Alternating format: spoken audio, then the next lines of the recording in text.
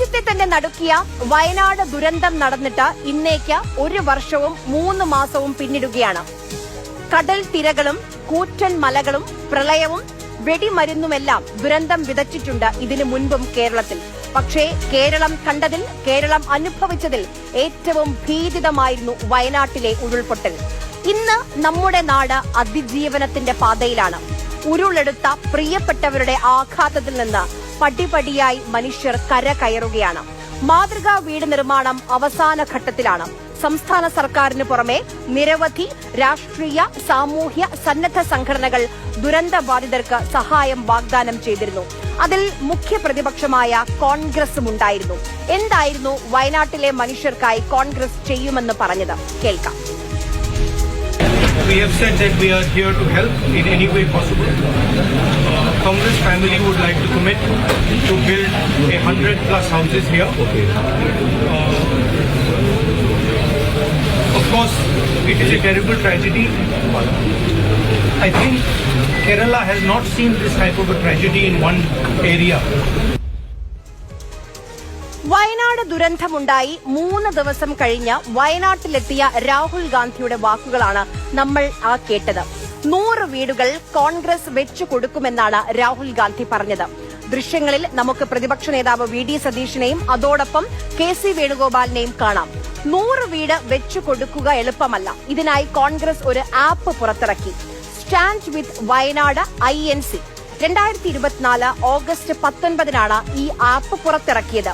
അന്നത്തെ KPCC അധ്യക്ഷൻ K. സുധാകരനും പ്രതിപക്ഷ നേതാവ് വി.ഡി. സതീശനും ചേർന്നാണ് ഈ ആപ്പ് പുറത്തിറക്കിയത്.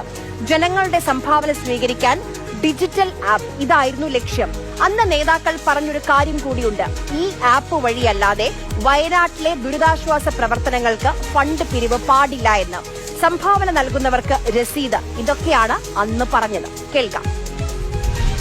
നമ്മളിപ്പോ പ്രോഗ്രാം എന്താണോ ആസൂത്രണം ചെയ്തത് ആ പ്രോഗ്രാം നടത്താനുള്ള ഫണ്ട് പബ്ലിക്കിലൂടെ ഈ ആപ്പിലൂടെ നമുക്ക് കിട്ടുമെന്നുള്ള പൂർണ്ണ വിശ്വാസമാണ്. ആരും ഇതിനകത്ത് വഴിതെറ്റി കോൺഗ്രസുമായി ബന്ധപ്പെടുന്ന ആരും മറ്റൊരു തരത്തിലേക്കുള്ള ഒരു പിരിവുമായി പോവില്ല എന്ന കാര്യത്തിൽ ഞങ്ങൾക്ക് ഉറപ്പുണ്ട്. വയനാട് ദുരന്തമുണ്ടാകുന്ന സമയത്ത് രാഹുൽ ഗാന്ധിയായിരുന്നു മണ്ഡലത്തിന്റെ MP. വയനാട് ഉരുൾപൊട്ടൽ ദുരന്തബാധിതരുടെ പുനരധിവാസത്തിനായി രാഹുൽ ഗാന്ധി 1 മാസത്തെ ശമ്പളം, അതായത് 2,30,000 രൂപ സംഭാവന നൽകി. ഇതിന്റെ രസീത് സമൂഹമാധ്യമമായ എക്സിൽ പങ്കുവയ്ക്കുകയും ചെയ്തു രാഹുൽ.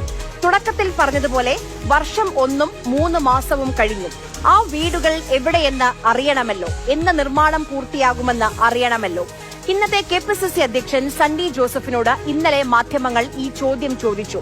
എന്താണ് KPCC അധ്യക്ഷന്റെ മറുപടി എന്ന് കേൾക്കാം. എല്ലാം പരിഹരിക്കും. സർക്കാർ ഞങ്ങളെ അതിൽ സഹായിക്കുന്നില്ല. സ്ഥലം കണ്ടെത്താനും ഗുണഭോക്താക്കളുടെ ലിസ്റ്റ് തരാനും സർക്കാർ തയ്യാറാകുന്നില്ല. എങ്കിലും ഞങ്ങള് പറഞ്ഞ ഉത്തരവാദിത്തങ്ങൾ, ഏറ്റവും ഉത്തരവാദിത്തങ്ങൾ അതുമായിട്ട് ഞങ്ങൾ അതിശക്തമായി അവിടുത്തെ നേതാക്കന്മാരെ ഏൽപ്പിച്ചിട്ടുണ്ട്. അവർ നന്നായിട്ട് തന്നെ മുന്നോട്ട് പോകും. KPCC അധ്യക്ഷൻ പറയുന്നത് 2 കാര്യങ്ങളാണ്. 1, സർക്കാർ സ്ഥലം കണ്ടെത്താൻ സഹായിക്കുന്നില്ല. 2, സർക്കാർ ഗുണഭോക്താക്കളുടെ ലിസ്റ്റ് തരുന്നില്ല. എന്താണ് ഇതിലെ വാസ്തവം? ആദ്യം ഗുണഭോക്താക്കളിലേക്ക് വരാം. നിലവിൽ 2 പട്ടികയാണ് സംസ്ഥാന സർക്കാർ പ്രസിദ്ധീകരിച്ചിട്ടുള്ളത്. ആദ്യഘട്ടത്തിൽ 402 കുടുംബങ്ങളെയും രണ്ടാം ഘട്ടത്തിൽ 49 കുടുംബങ്ങളെയുമാണ് ഈ ഗുണഭോക്തൃ പട്ടികയിൽ ഉൾപ്പെടുത്തിയത്. പരാതികൾ ഉള്ളവരെ കൂടി കേട്ട് തുടർ നടപടിയെടുക്കാൻ മുഖ്യമന്ത്രി നിർദ്ദേശം നൽകിയിട്ടുമുണ്ട്. സണ്ണി ജോസഫ് പറഞ്ഞത് ഈ ഗുണഭോക്താക്കളുടെ പട്ടിക അവർക്ക് നൽകിയിട്ടില്ല എന്നാണ്. വയനാട് കലക്ടറേറ്റിൽ നിന്ന് PRD അടക്കം എല്ലാ മാധ്യമങ്ങൾക്കും ഈ പട്ടിക ലഭിച്ചിട്ടുണ്ട്. ആ പട്ടികയാണ് ഇപ്പോൾ നിങ്ങൾ സ്ക്രീനിൽ കാണുന്നത്. അത് കേരളത്തിലെ മുഖ്യ പ്രതിപക്ഷമായ കോൺഗ്രസിന് കിട്ടിയില്ല എന്ന് പറഞ്ഞാൽ വിശ്വസിക്കാൻ അല്പം പ്രയാസമാണ്. അതുമാത്രമല്ല, എങ്ങനെയാണ് ഈ ഗുണഭോക്താക്കളെ കണ്ടെത്തിയത് അതുകൂടി നമ്മൾ അറിഞ്ഞിരിക്കേണ്ടതാണ്. പ്രാദേശിക രാഷ്ട്രീയ നേതാക്കളുടെ സഹായത്തോടെ ഓരോ രാഷ്ട്രീയ പാർട്ടിയെയും കേട്ട് അവർ കൂടി നൽകിയ പട്ടികയിൽ നിന്നാണ് അന്തിമ ലിസ്റ്റ് പ്രസിദ്ധീകരിച്ചത്. ഇതൊന്നും കോൺഗ്രസ് അറിഞ്ഞില്ല എന്ന് പറഞ്ഞ് ആരെയാണ് പറ്റിക്കാൻ ശ്രമിക്കുന്നത്? ഇനി KPCC അധ്യക്ഷന് ഗുണഭോക്താക്കളെ അറിയണോ? വഴി ഞാൻ പറഞ്ഞുതരാം. ഗൂഗിളിൽ ചൂരൽമല മുണ്ടക്കൈ റീഹാബിറ്റേഷൻ എന്ന് സെർച്ച് ചെയ്യുക. അപ്പോൾ വയനാട് township.kerala.gov എന്ന ഗവൺമെന്റ് ഓഫ് കേരളയുടെ ലിങ്ക് വരും. അത് തുറന്നാൽ കൃത്യമായി ബെനിഫിഷ്യറി, അതായത് ഗുണഭോക്താക്കളുടെ പേര്, വിവരങ്ങളുണ്ട്. ഞാൻ ഗൂഗിളിൽ സെർച്ച് ചെയ്ത് നോക്കിയതാണ് ഇപ്പോൾ ഈ സ്ക്രീനിൽ കാണുന്നത്. ഇനി രണ്ടാമത്തെ കാര്യം, അത് ഭൂമിയെ കുറിച്ചാണ്. സർക്കാർ ഭൂമി ഏറ്റെടുത്ത് നൽകാൻ സഹായിക്കുന്നില്ല എന്നാണ് KPCC അധ്യക്ഷൻ പറയുന്നത്.